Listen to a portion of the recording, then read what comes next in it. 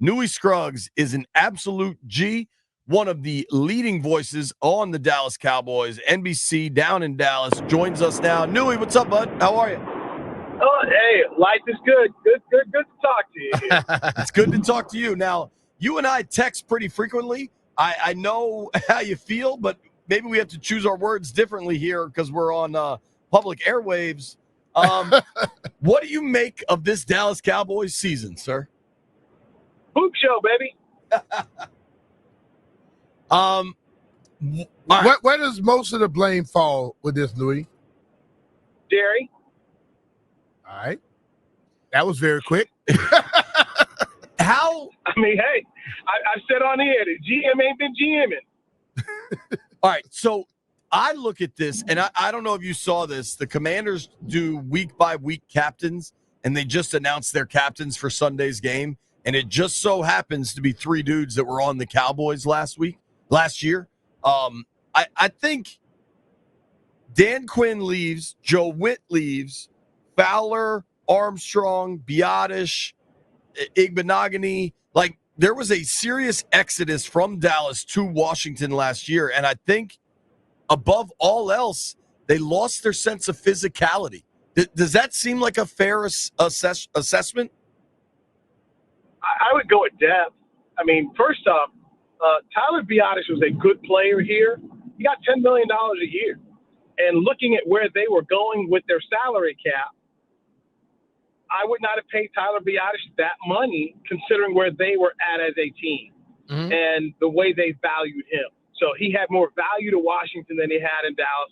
His replacement has not been as good as him, but his replacement that they went with was the guy who never played center in college. So there's an adjustment there.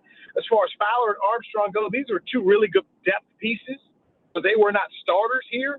And the Cowboys did not replace them. And a lot of people are seeing how good they were. But Armstrong was a really good player at Kansas. And I always think he was an underrated guy. I thought he was more valuable than Harry absolutely loved and ended up losing a couple of years ago. But DQ knew how to take the pieces that he had here and added them to Washington. But the Cowboys didn't backfill them at all very well. Losing Joe Whitt Jr. hurt. And I said right now, man, you cue up that tape from Remember the Titans when homeboy said, look, they better not gain another yard. Remember forever the night they played the Titans. Like, Joe Whitt Jr. gonna tell that. Make sure the Cowboys remember forever the day they played this Commanders defense because he's not happy that he did not get the job. I think Mike McCarthy wanted to give him the job. I don't think Jerry Jones wanted him to have the job that he wanted Mike Zimmer. So believe me, Joe Whitt Jr. about to go pull a Dan Campbell and unload the kitchen sink on the Cowboys. A lot of times, assistant coaches have a bigger hold on a team than the head coaches, and when you lose those, you lose some of that leadership quality. Did that happen with guys like Joe and even Dan?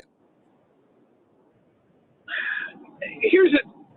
All right, understand this. Mike Zimmer can coach. I love. You didn't give the carpenter the tools he needed. This defense was built more about the scheme of what DQ had, which is why Joe Whitt Jr. would have made more sense to keep. They go with Zimmer, who's running a different type of defense. You've already got some guys here who don't like what was going on here. They'll openly tell you how much they miss DQ. So this is where it goes back into Jerry. Jerry wanted something that I don't think the head coach really wanted, and I think he made a move that didn't fit exactly what he should have done to keep the continuity of the team that he had. Well, and Newy, this is my guess, but I think getting to know Joe a little bit since he's arrived here, and he didn't hide the fact that he thought he was overdue to be a D coordinator. And I think it would have resonated with the players in that Cowboys locker room if they gave Whitt that job. He earned the job. Yeah, okay? I agree. He earned the job. And this is where I said my problem. The GM had been GM, and the GM didn't realize that he needed to kind of keep the continuity. They did not fill the depth back in pieces. Then you had the injuries to the guys that you thought were going to come in here. It was not a good move, which is why then everybody else is left on a 1-year deal. They're not going to be back. If anything, Joe Whitt came out better because he's now with DQ, where you have more job security than you would have been here. He'd been to DC here. Not saying that he would have necessarily saved it, but these guys here who are coaching are going to be out of jobs here at the end of the year. They're not going to be back.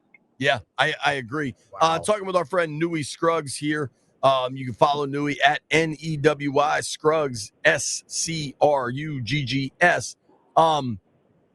Let's try to talk a little, because I do want to ask you about Daniel Jones. I think that's kind of interesting. But let's talk specifically about this game. Last night we watched the Steelers lose to the Browns. The Browns are having a bad season.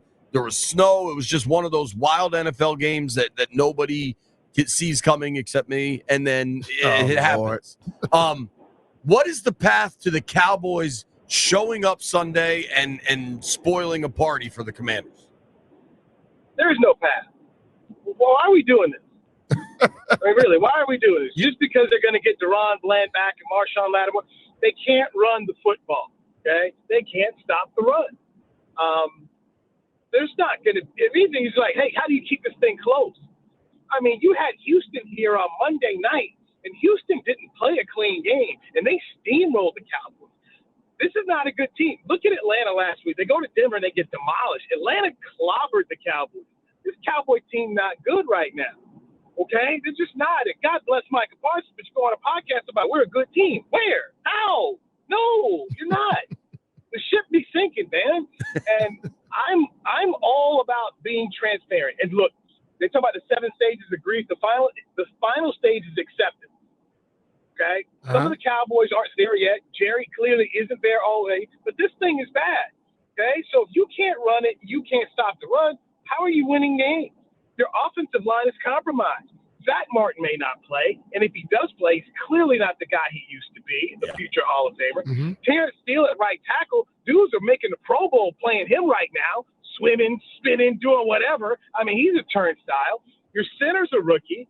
Your left guard, Tyler Smith, left the game last week. He was banged up. Your left tackle, Tyler Guyton, who on one play allowed a sack and then fumbled the ball when he had it, was returned for pick 6. He's not been good this year. How you going to win a game? You're not. This whole thing was bad from the get-go, just like the receiving corps, CD and the Maybes. It was bad from the get-go. Right. The D-line, bad from the get-go. But they kept on, we like our guys, we like this, we like that. Then, of course, Jerry sells the hopium. It's marketed just real good. 12 wins in the last 3 years. We all bought into this, and we shouldn't have. I've been saying from the start, guys, man, they don't block. They don't block, and they can't stop the run. Nothing was fixed. Green Bay took their soul in January, man. They took it, and it ain't been got back since. So this is going to have to be a whole new coaching change and see what they do and how do they figure out their bad salary cap situation going forward. This thing could be down in 25. Right now, it's not looking good with what's the strategy? There you go. For the Cowboys and the Giants, that's the question asked. What is your strategy? Washington's got a strategy right now, and that's why they're winning games, and DQ's bringing that there. There's not a strategy with the Cowboys right now. So it's Dallas week, but you ain't going to have much fun unless you just like, hey, man, we just beat the mess out of these guys, and it's fun for you. But it ain't the same. It's not going to be a game. I tell you what, Newy, I think there's enough people here in the Washington area that if they beat the mess out of Dallas, that will be fun. They will love it. All right, listen. Clearly you feel that Sunday is a no contest. But let's talk about kind of what happens next. That scares me. Cooper Rush is starting. What's up with Trey Lance and with Daniel Jones released? Now, they can't sign him till Monday because nobody's going to pick up that contract. You think Jerry calls Danny Dimes? I think Danny Dimes wants to come here behind that line. I don't know what his options are at this point, but yeah, that's a fair point. Well, for who? For what? I mean, the first thing I do if I'm Daniel Jones, let me go try to find somebody who's going to make the playoffs. That's what I would be doing. Coming to the Cowboys, no, they can't run it. They can't block it. I don't want it. Why? Why get beat up more? He also doesn't know the offense. That's another thing there. You just can't bring a guy in. Hey, man, right. Do you know this offense? Here's the deal with Trey Lance. The Cowboys need to figure out what he is because the Cowboys played Monday night, and you got to turn around and play early Sunday. Cooper Rush is going to start. Then you got an early game on Thursday. So Cooper Rush will start. Think of it as a baseball game. Cooper will go out there and be a starter. They get shellacked again. You're going to see Trey Lance get into the football game. And I think that's the way they're going to do it. Come December, then, once they truly go to the acceptance stage of grief, then I think that's where we see Trey Lance get out here and play and see what he can do. But at the same time, man, Trey Lance goes out there, man. He's an interception machine. So, bro, it's rough time. It's like Dusty Rose said, it's hard times, baby. It's hard times. Hard times. We're talking with our friend Newy Scruggs, NBC down in Dallas. Give him a follow at Newy Scruggs. Obviously, things are going sideways for the Cowboys. They're 3-7. Jerry's talking about the location of the moon. Like, things are falling out of the sky at Jerry World. Nothing's going right. Moving forward, though, Newy, what coach do they go after? And does his name rhyme with We've heard the Deion Leon stuff. We've heard about Belichick. Will Jerry go with either of those two guys? All right. First off, the level of embarrassment may determine the level of coach. Oh. Okay? This thing keeps getting worse because, like, you already saw empty seats Monday night. I know people I talked to at the stadium who said, man, I can't move my Thanksgiving Day tickets. People don't want them. And then December, and I've seen this before when the Cowboys get bad, people want to sell them off. Because you'd rather go ahead, because you bought the money, you'd rather go ahead and try to sell them to get yourself some Christmas cash. People aren't exactly trying to buy it. It's not like the Bengals in Tampa Bay are going to get these fan bases are going to want to come in here and buy some snatch these tickets up. Philadelphia may, Washington may, but it's going to be tough with some of these other games. So how bad does it get? Fans are already blaming Jerry. He knows that. That's why I got into it a little bit with my boys over 105.3 The Fan on the radio show. And he's like, you're supposed to be supporting me. He's like, no, not really, Jerry. It's not our job. So as far as the coach goes, throw out Deion, all right? And I hate this because Michael Irvin knows better because he's friends with Deion. Deion has said consistently, I don't want to coach the pros. I like being in college. I like working with young men. So he's not coming here, okay? Not happening. As far as the Belichick thing goes, Belichick made a lot of money. Mike McCarthy makes $5 million. College coaches make that money. Uh-huh. And the good college coaches double that money. So Jerry paying is one thing. And if you bring in Bill Belichick, one, are you going to pay him? Two, are you ready to see Matt Patricia and Josh McDaniels come in here? Because he's going to bring his crew together. Oh, yeah. So that's and he's going to want control. Bill is not going to want to go do his press conference afterwards and know that Jerry's right out here talking while he's talking, and there's more people listening to Jerry than Bill. Yeah. Bill's going to have a problem on Tuesday mornings and Friday afternoons when Jerry gets on the radio to go ahead and get his state of whatever, and giving away secrets, telling who's going to start, who's going to not start, that kind of stuff. So the chances of Bill Belichick is going to be interesting. Now, Bill has liked Jerry for a long, long time. They get along. Okay. But as far as that, I don't know. Does Jerry want more offense? Does he feel like he needs to have somebody that can work, with Dak Prescott to help get back? I don't know where he goes, but I think the level of embarrassment, how bad does it get? How bad does he get to be able to sell the Hopium to the fan base? Because right now he can't sell that Hopium. They get off that narcotic. Fool to us. They tired of it, man. So that's why you do. That's what Parcells got here.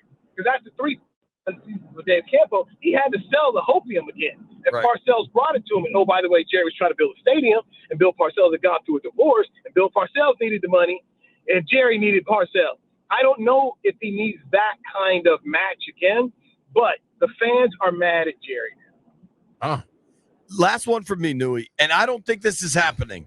But I'm at least curious because my boy Mitch Tischler always brings it up. I got a text. I got a Texas guy for you. You think Jerry would call Kingsbury? Bro, I like Kliff, man. I do. I like Kliff. Kliff is a likable dude. The more you get to know him, he's an easy guy to like. Yes, I had this conversation yesterday. I'm like, here's the problem. People want to forget what happened at Texas Tech as the head coach and what happened with him at Arizona. Some guys are good coordinators. That's what they do. Being a leader of the team and leading all facets is a whole different thing. Yes. I look at Dan Quinn. Dan Quinn is that guy. He can affect everybody on the roster. Kliff is a guy, man, just leave him over there, run your offense, and that's what you do. As far as running the whole team, I don't see them doing that.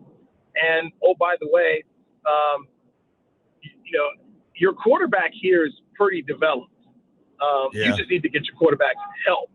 I think of Dak Prescott. Think about Jared Goff. Give Dak the kind of help they give at Jared Goff up there, and you'll see the quarterback playing well.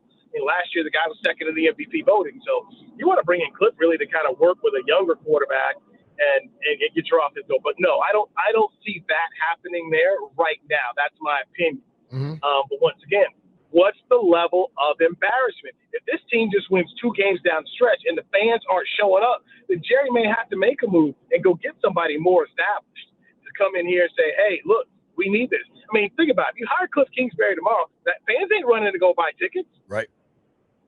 Yeah. They're not trying to say, okay, Jerry, I'm ready to pay $100 to park here again for 10 games, plus everything else I got to go pay for. Newy, So, you know, it's going to be there. I got a parking hack for you. You know where I park every year at Jerry World? It's only $60. Condom World. It's right there next to Walmart, and it's $60. Okay, I don't. I got the pass, so I'm good. You're I'm good. But I'm just $60. $60. Everything else is a hundo. What? I'm just trying to save my employers $40. Parking? Yeah. But once again, hear about what you just said, man. We're talking about $60 being cheap. You go other places, man. Yeah. You know, you don't even pay that much. That's the racket that's going on down here. That's the hopium that people are not just ready to sign up for. By the way, you and I work for the same place, so go ahead and you can expense that, bro. Don't pay the $100. Newy, I love you. Thank you for Appreciate making time you, Newy. for us, dude. Thanks, man. Have a great weekend and a happy Thanksgiving, guys. All right, you too, We'll brother. see you in January, Take care, bud. man. That's our boy, Newy Scruggs from Dallas. Dude, between Sean yesterday and Newy today, They brought it, dog. it is not good in Dallas. Hell no. It is not And good. the thing that Jerry has to understand, those people that do their job real well, they're not afraid of his crap. Nah, man.